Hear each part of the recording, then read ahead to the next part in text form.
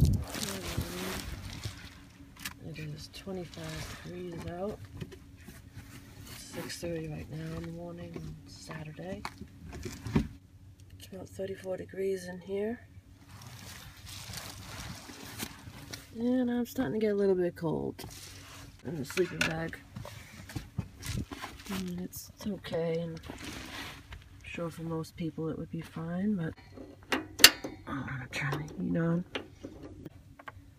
I'm getting borderline a little too chilly to sleep, but I'm sure that's just me. I know this summer I was in a 35-degree sleeping bag with extra layers on, and I got cold when it was in the 60s. But I was in a hammock also, so that's probably why. But I just like to be really warm when I'm sleeping.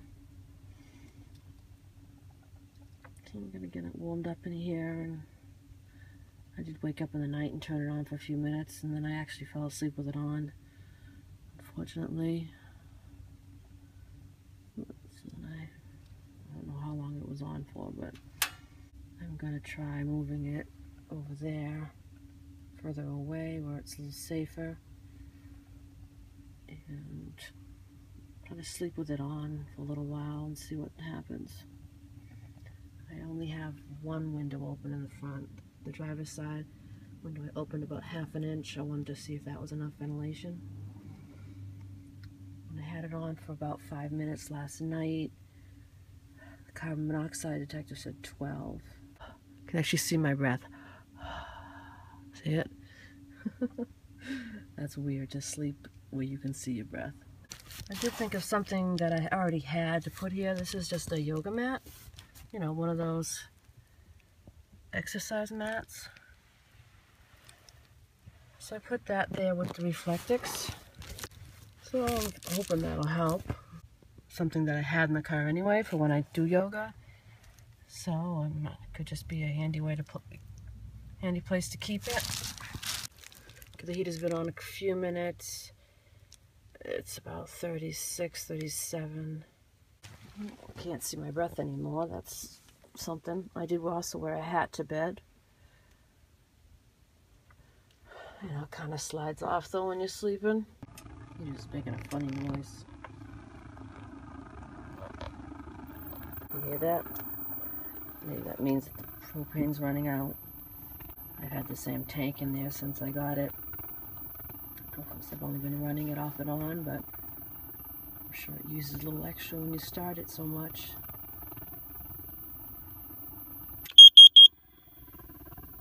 So there's 8. It's not bad. I did wake up with a headache again. Yeah, I think it's running out of propane. It does stink, you know, with having that heater on. And I mean, it smells. Even if it's not unsafe, it still kind of smells. I don't know if that's why I got a headache last night when I was running it for it's probably an hour. I got up at 2 a.m. and ran it and fell asleep. But when it's gonna be cold out every night, it's gonna be a problem. That's probably when I'll go back inside. I mean, you know, my eventual goal is to travel like this. This is basically, I'm testing out the waters, see if I can live in it because I want to travel around the country. But I don't plan on being where it's cold for too long, you know, so there's no sense of wasting propane when I can sleep inside. It's going to get expensive. So in the dead of winter here, it can get in the single digits. So that, I can't imagine trying to sleep with that heater on all night. I certainly would have to. It just kind of stinks, and I think it's giving me a headache. You know, I definitely would probably open more windows. But again, that's going to make it even colder in here.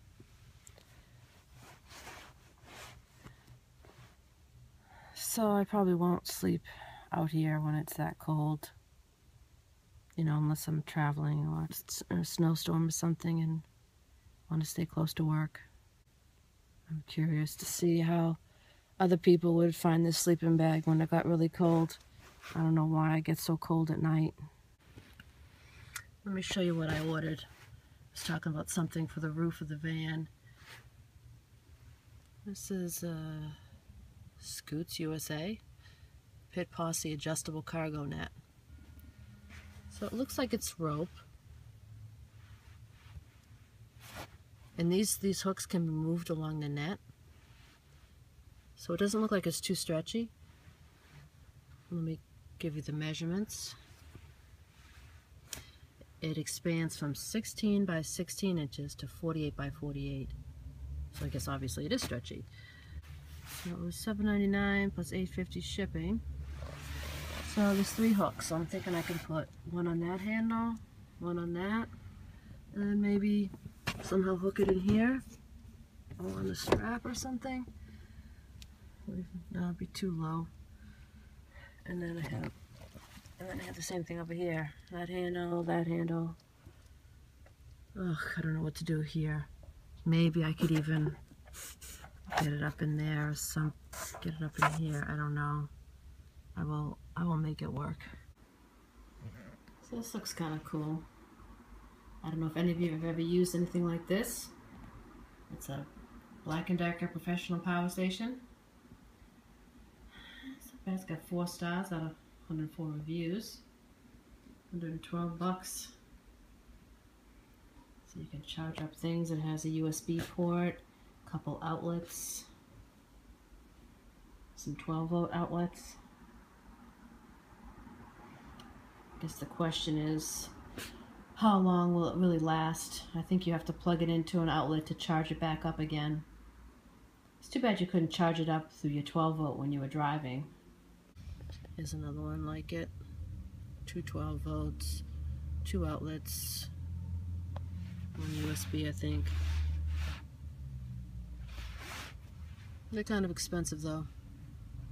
I think it's also an air compressor.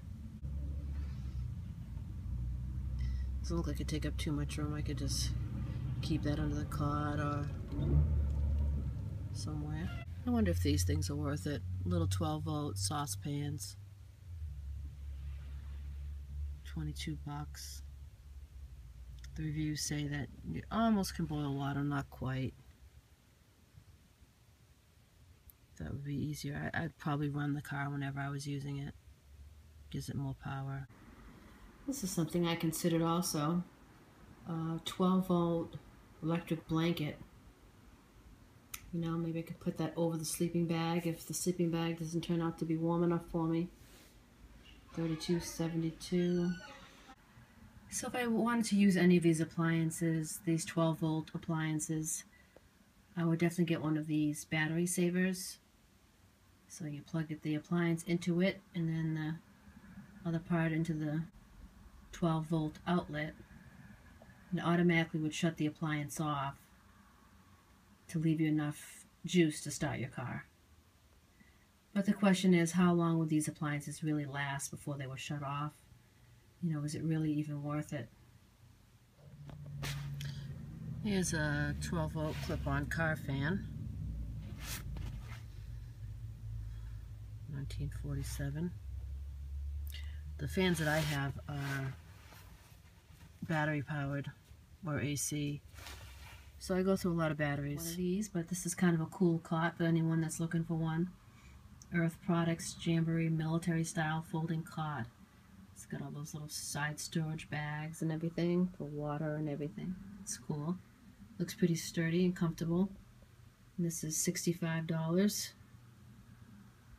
It's only got 3.5 stars out of 223 reviews. That's not too good now, is it? If this is something I could use, I would need an inverter or the battery pack or something, because I believe this is not 12-volt. No, it's just a regular plug. 4 stars out of 3,600 reviews. Wow. That's the most reviews I've ever seen any product have. That's a lot. People feel strongly about this. $24.97, that's not too bad.